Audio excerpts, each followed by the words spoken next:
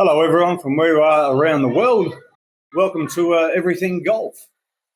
Any questions you've got or would like to know, just ask me. I'm here. If you want to know about our new apparel and the lines we've got coming out in the future, feel free to ask. If you're struggling with a few things in your game and maybe I can help, I'm here to help.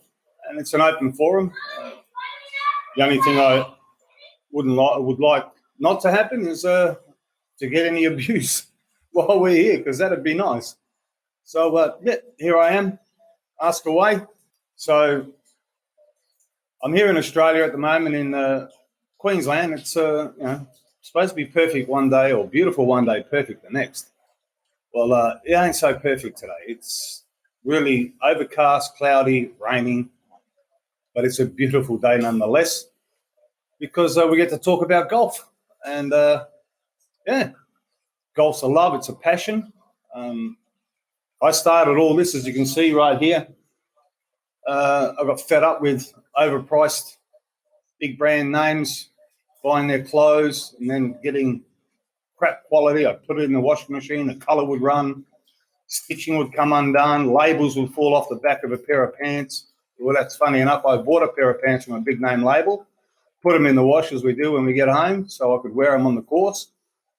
Put them on my bed, and then the first thing that happens is when I lie them down on the bed, the label fell off the back of the pocket, and they cost me $100 US. That was the first and last time I ever bought a big name pair of pants, and I started to make my own. So what I'm also doing is keeping the prices down as much as we can so that we're competitive, but we're still not going to go on the quality. The quality's always got to be high-end, top quality, and it's going to last you, okay? So you could probably buy one of my shirts, right? And you'd be lucky if you could buy a sleeve on a big-name brand. But we're going to give you the quality that is associated with big-name brands. For example, these hats here, they're high-end, they're high quality, and they're a lot cheaper than anyone else's on the market. Same with this shirt. High-end, nice bright red, Ferrari red type of colour. Get that Tiger Woods feel on a Sunday if you're playing. Beautiful ladies' tops, hats, all matching. So you can go out there looking $100, but ain't going to cost you that. So free to ask me anything you like. Flick us a text, and I'll answer your question. Not a problem. I think there's a little thing in the bottom there, and I can see it from here. If you got any questions, just ask me.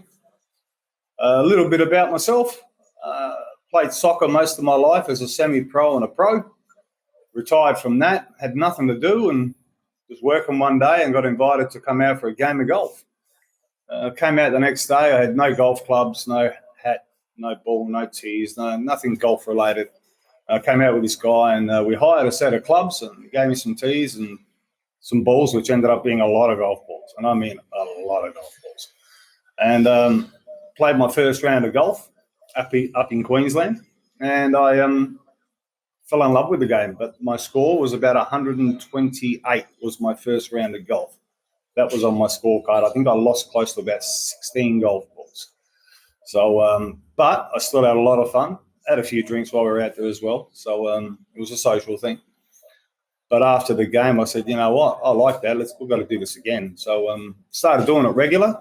Started playing regular. I started at the age of 39, by the way, so you're never too old to pick up the clubs. I can tell you that right now. You're never too old. So started playing a couple of times a week with this guy, and eventually got my first handicap, which was 23.4, was my first official handicap as an amateur. And I just kept playing a couple of times a week, and then it grew to 3 times a week, then 4 times a week. Then it was pretty much a drug. I just had to go and play golf, no matter what time I had, whether it was 5 holes, 9 holes, 15 or 18. I've got to get a game of golf in. And I became addicted to it. And probably about close to 2 years later, my handicap had dropped down to almost +2. And I thought, you know what, I'm not too bad at this game. I might give it a crack. And so I went to Q school in Australia and got through Q school, turned professional. And I didn't have a great status, so I had to qualify for a lot of events, which I did. A few years later, I ended up overseas in Asia, and I played in a few tournaments in Asia. and then decided, seeing as I've got a family house in Europe with my parents and so forth, we might give Europe a crack. So went over to Europe, and I played in Europe for a short bit. And I'll never forget the day that I pretty much almost ended golf, my career, which was only just starting out. I was playing in a tournament in Germany, and it was only on the second hole, and I've gone, oh yeah, I can get to this green in, pretty close to it. It's only a short par four. It's about 325 yards, 330 yards, up a hill a bit. I blocked it out to the right, and I've ended up in the rough. And get up there, my ball sitting down in the rough quite deep. The rough was a good probably 3 inches thick, near a tree. And I think the only thing I can do here, if I take out a 7-iron, I just chop down on it and bounce it out, run it up towards the green. So I've given it a belt, and as I've come down and given it a belt, the club got stuck into the ground, into a tree root. I've gone forward, club snapped in half. I'm on the ground in agony and pain, screaming. I just pretty much just tore my lower back in part. And next thing I know, I'm on a stretcher, going back to the clubhouse, and then I'm going to the hospital in Germany. And I spent a couple of days in there. They gave me some injections and some tablets and things. I could barely move. And I thought, not just golf, but my life was done. What am I going to do now? I can barely move. I can't get out of bed properly. I can't walk properly. I'm in constant pain. So that sort of went on for about probably 6 months to a year, that pain. And then it slowly diminished, but it's always there. And it's still there today. I still have lower back issues and things like that, but it's not going to stop me doing what I love. And pretty much 4 years, no golf.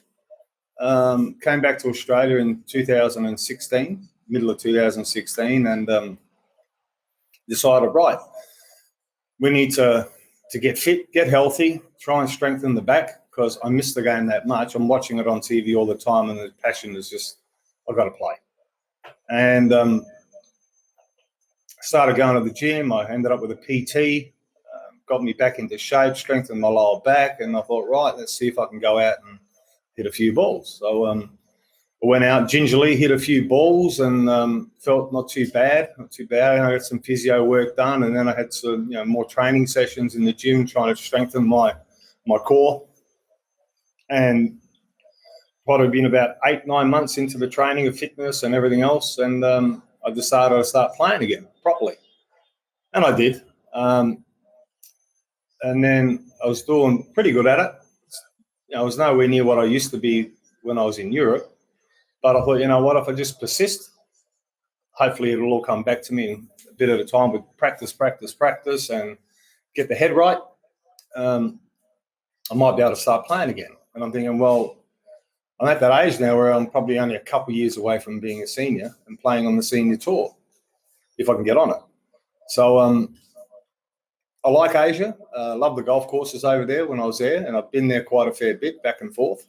Loved America as well. Really loved America.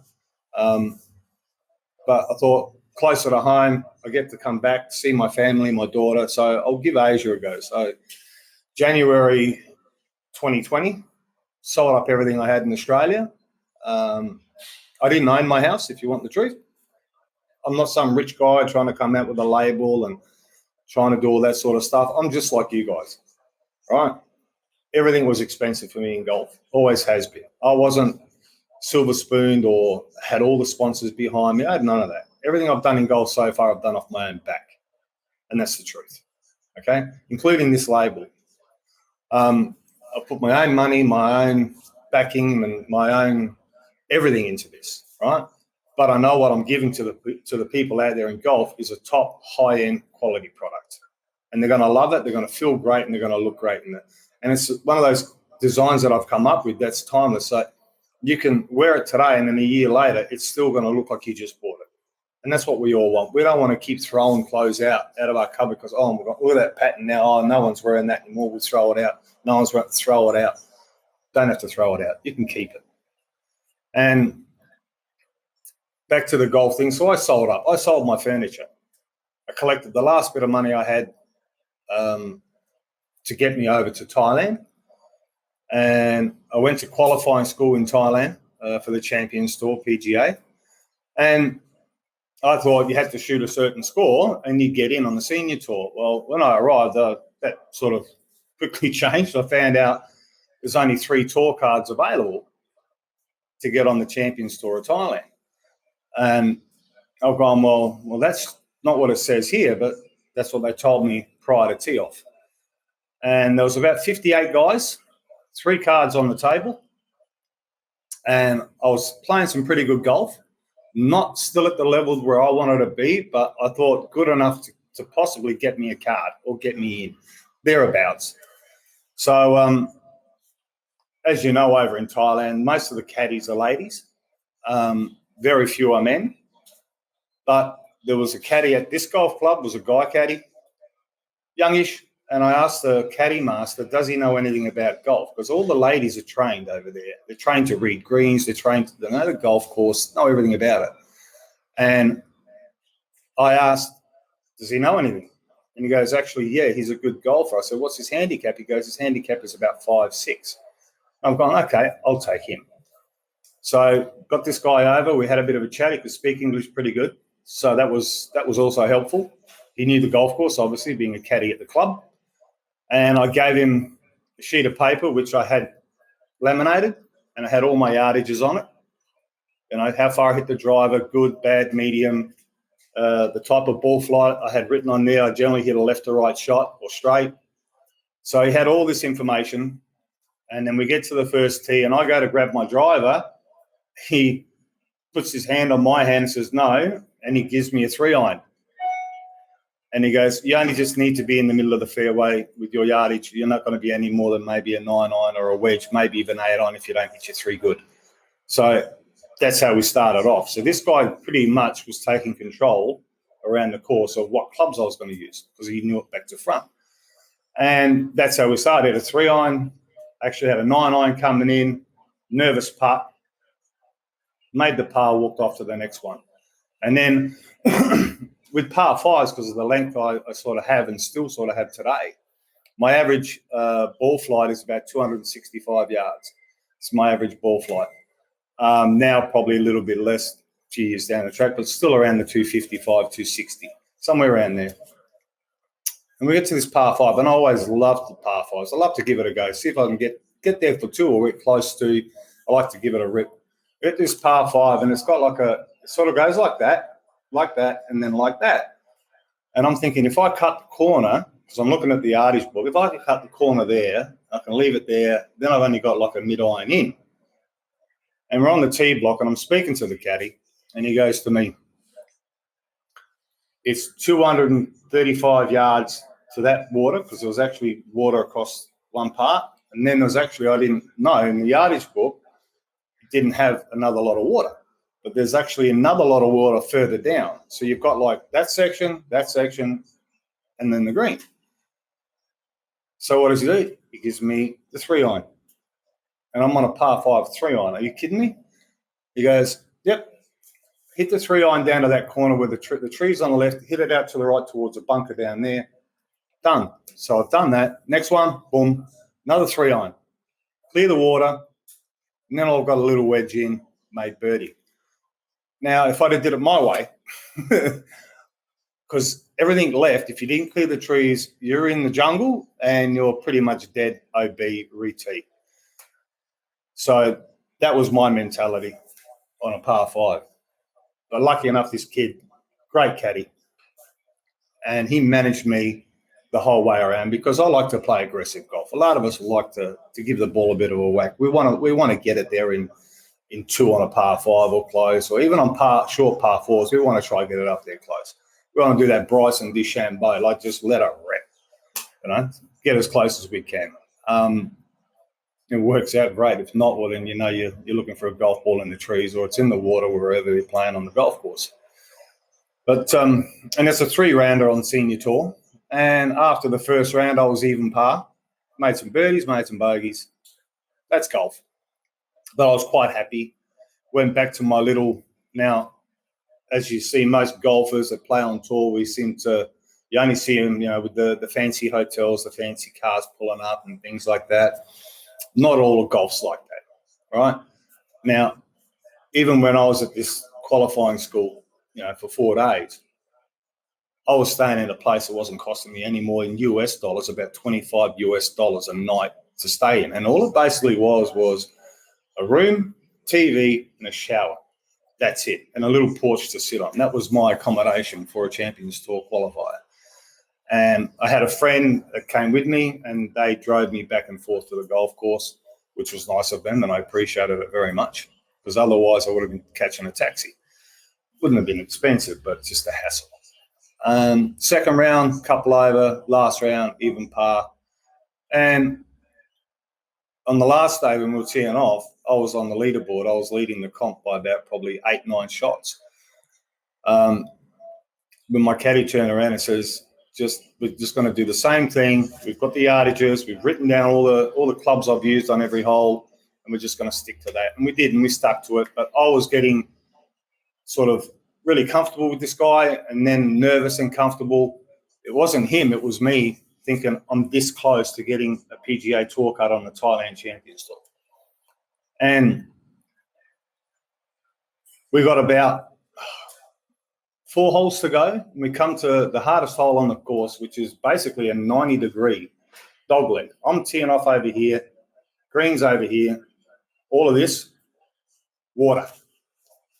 And I asked the caddy, because every other day we'd just hit 3-wood down to the corner, 7-iron, 6-iron in to a green that's got bunkers around it, fall off, water to the left. And I asked my caddy, how far is it to fly the corner to the left over those trees and everything else? And he goes, 255 yards. And I've gone, how are we doing? What do you reckon? And he goes, if you're so desperate to do it. So we get up there. I'm teeing up straight up over that corner, and I'm just Bryson DeChambeau. I love watching that guy just whack the hell out of a golf ball. I don't care where it goes. It's just his pure determination to line up, let it rip. And whatever happens, happens. And he still smiles sometimes. So I've let this thing rip, and I've literally cleared the corner by a good probably 20 yards. We get down there, and my ball is sitting in meters, about a meter off the green. I putt on, it lips out for eagle, tap in for birdie. I'm as happy as, and my caddy's looking at me going, you're not normal, mate. And I've gone, oh, well, I had to give a go. I paid off. And it's the last round anyway, and we're in front by a few shots, so why not? So we're walking off the green, and one of the committee guys, officials of the PGA thing in the golf cart, comes up to me and my caddy, and he goes, Mr. Blazevic. And I've gone, yeah. And I'm thinking, oh, my God, what have I done wrong? Was it out of bounds to clear that side, or what? Have I broken any rules? I'm thinking, I already assume I'm in trouble, because that's just how I am. I'm thinking, I'm bound to have done something wrong. And then I think, okay, I'm Mr. Yep, what do you want? What's up? And he goes to me, you can relax, Mr. Blazevic. He goes, you've got this in the bag. You've probably won this now. You're about 9-10 shots in front. There's only 3 holes to play. And all of a sudden, I went from this full intensity, focused, with the odd little bit of a brain fade, but pretty well I was fully focused the whole tournament. And after he's told me that, I've just gone, woof, just completely relaxed, like, I could sit down, have a few beers, and still win this thing. That sort of attitude. Let me tell you right now, that is the worst thing that you can do. Because the next hole's a par 5. Same thing, 3-iron, whatever, because there was water and I would have ended up in the water. But I block it out to the right. I'm in the trees. I've got to chip out. Then I've got to get another one. And now I'm putting, and I'm bogey. Then I go to the next hole, double bogey. And then on the finishing 18th hole, bogey. So I've still ended up winning the tournament, and I got my qualifying card for Thailand for a 2-year exemption for winning the event. And I've looked at the guy that told me that, and I've just shaken my head. I've gone, you asshole. How dare you? And because at that time still, I hadn't gone to the scorer's hut to mark my card. I'm thinking, maybe I've lost this. I don't know what's happened prior to me, because I'm in the last group. And there was no thing on the stadium, on the course anywhere for me to know how I was going. And I get in, I find out I won. right? So that was a massive relief, and I'm excited. I'm pumped, you know. And now we're in obviously, this is the year where we all started with this COVID thing. Everyone's got their own opinion on it. My opinion is, there you go. That's my opinion. But I enter a tournament for my first tournament on the PGA Champions. I enter the following week. And 3 days later, or 3 days before and 3 days later, take your pick, because it was about 6 days. So on the news comes COVID, Thailand, lockdown. Stage 4, tournament cancelled. And I'm thinking, are you kidding me? So I've just spent all my money and saved all my money to get here to do this, to try get it onto the PGA and qualify and to play the next 2 years on tour and start to make a career out of it. And the thing is at the same time I was doing that, I was developing my new label, Blaze Golf Apparel. And that was ready to launch back then in February 2020. And when they stopped all the golf tournaments due to COVID, they also shut down all the golf courses. Every golf course, even for social play in Thailand, was shut down. There was no golf. So now I've got no job, living off what I got left in my bank account. I can't go and promote my label anywhere within Thailand or Asia because everything's shut. All the shops are shut, restaurants, everything. All you're allowed to do is like we can do currently in Australia today. We've got a bit of a lockdown, and all you can really do is go for essential staff, walk this and that. And then I'm trying to get back to Australia, and I kept getting bumped off of every flight. I'm thinking, what the hell? Because now I've got to go back to Australia and go back to doing my normal job, because the same thing was happening in Australia. There's no work because I wasn't classed as essential. Because my actual trade is I'm a tile stonemason by trade as well. So when I retired from soccer, I went back to doing my job, and that's what I do, tiler, stonemason. So I'm just your average bloke. And finally, after 3 months, I get back to Australia. Lockdown, quarantines, more lockdowns, quarantines, no tournaments, no nothing. And it's been tough. Like for all of us, it's been tough. I miss playing competitive golf. And here in Australia, our cases are so low, but we've got the biggest bunch of bananas running this country. We get 1 or 2 cases in the state of Queensland, and we go into a lockdown for 2 people who've got the virus. And then you've got this lady saying, oh, I'd rather they got COVID than have the jab of this other product. Well, if COVID's not as bad as what you're saying, you'd rather they get COVID, the younger generation, than get the jab of Astra, then why are we doing lockdowns? Why is everyone locked up? Why can't we live our life like normal? We've got probably the lowest case rate in the world, or close to it, outside of some of the islands floating around. But anyway, enough of that politic bullshit. All right, well, listen, whoever was listening in and whatever, come join me again, but I'd love to hear from you. I'd love to answer your questions, whatever questions you got. I'm here. Go to blazegolfapparel.com.au, get all your gear. Oh, .com, sorry. My bad. blazegolfapparel.com.